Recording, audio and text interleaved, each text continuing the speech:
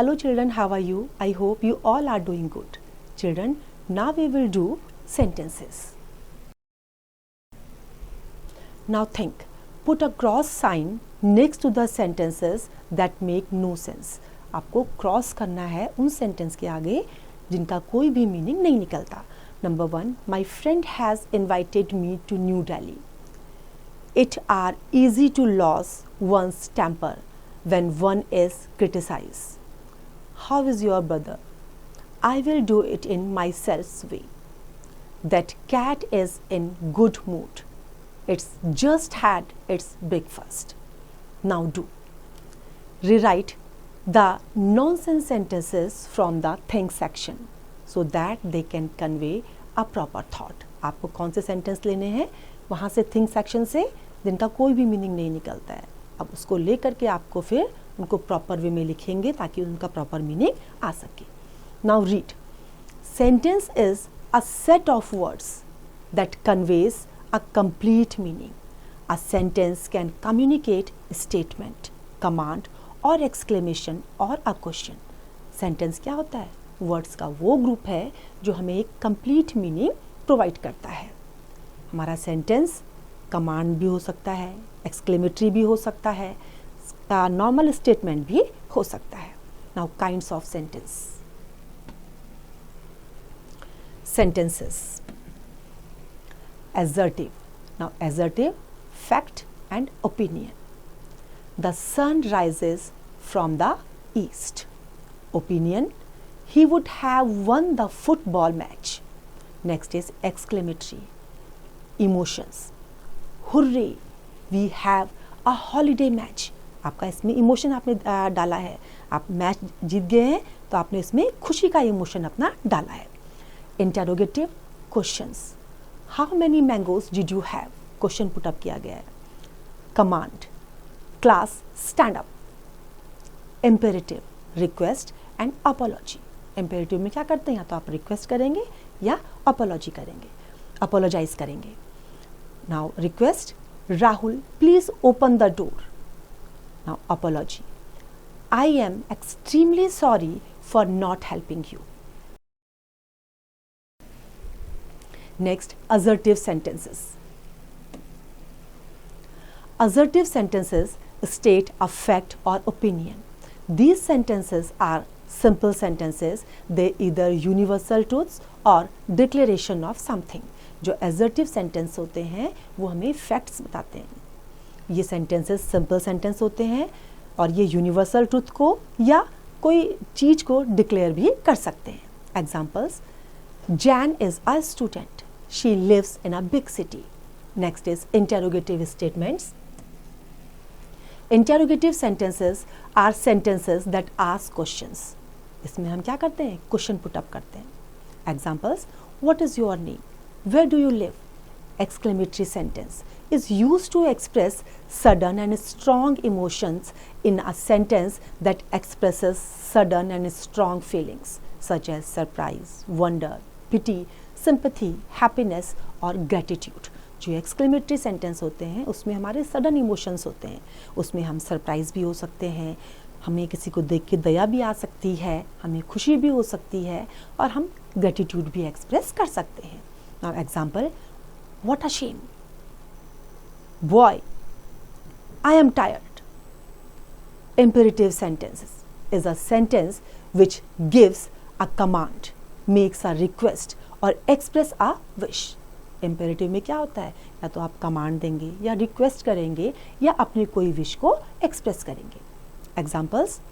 Go to your room. अब इसमें क्या है? ऑर्डर दिया गया है कि अपने रूम में जाओ. Please lend me your book.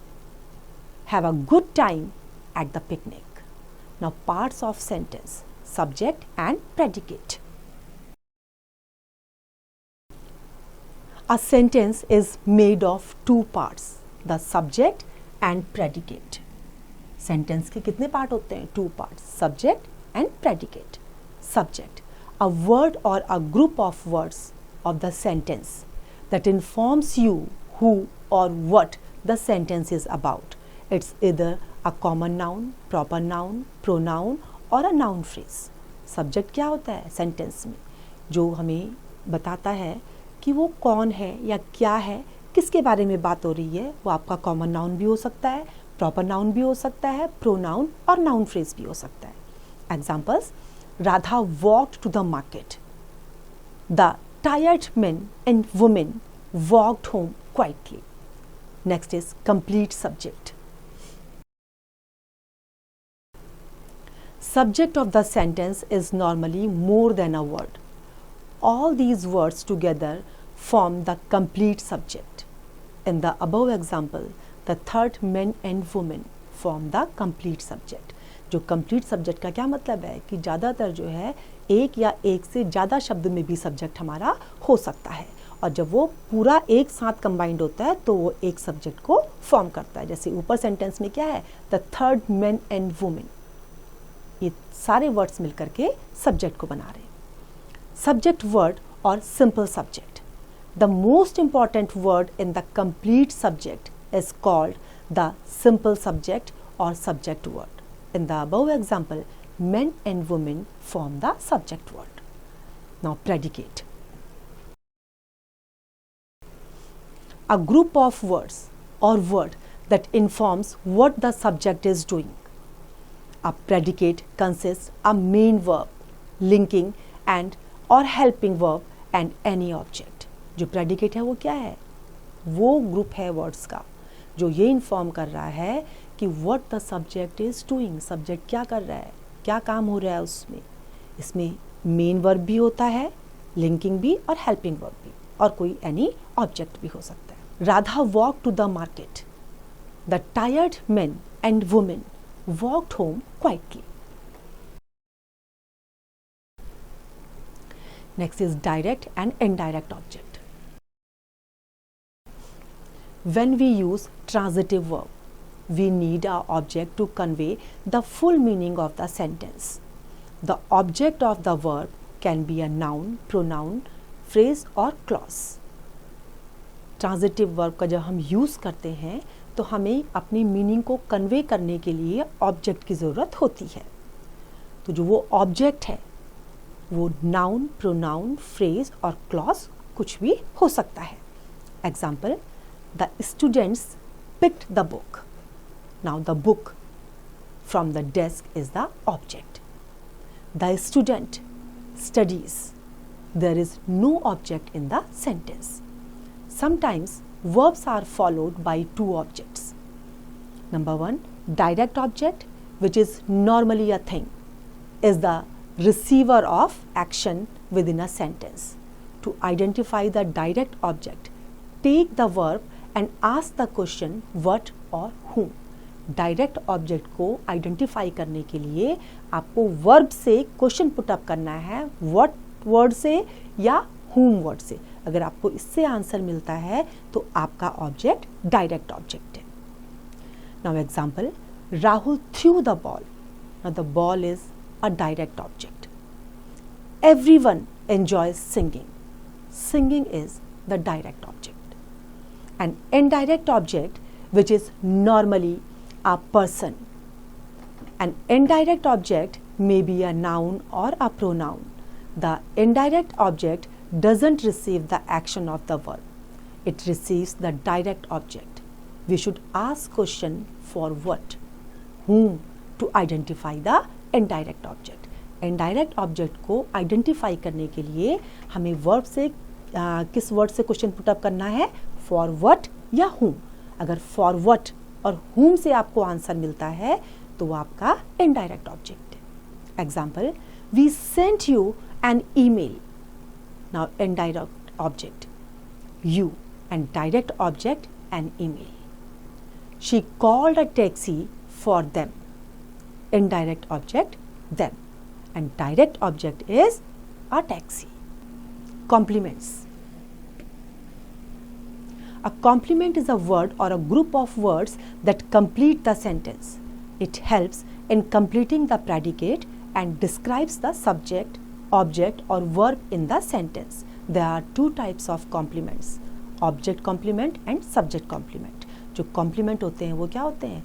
वो group हैं words के जो sentence को complete करते हैं, और प्रेडिकेट को कंप्लीट करने में और सब्जेक्ट को, ऑब्जेक्ट को और वर्ब को डिस्क्राइब करने में हेल्प करते हैं।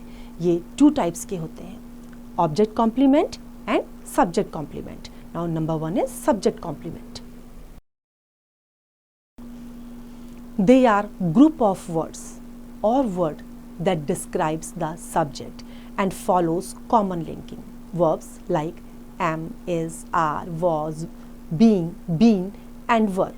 And verbs such as appear, feel, look, sound, seem and taste. Both nouns and adjectives can serve as subject complement. Noun और adjective दोनों ही subject complement को सर्व कर सकते हैं। Examples, my sister is a pilot, Dal lake is beautiful and captivating at the same time. In the above sentences, pilot, beautiful and captivating are subject complement. Object complement, they are words or phrases that refers to the direct object in a sentence. These can be a noun और adjective.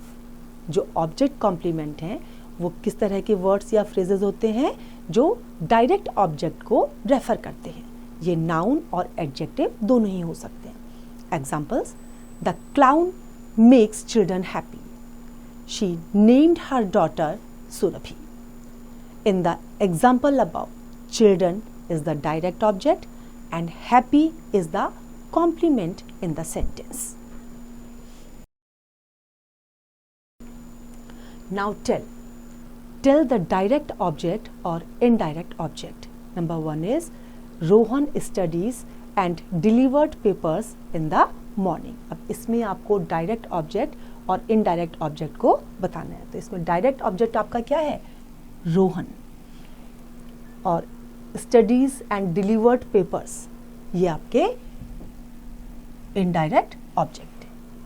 अब बाकी के sentences में आपको खुद करना है। I hope आपको ये क्लियर हुआ होगा। This is time to revise, you can revise it.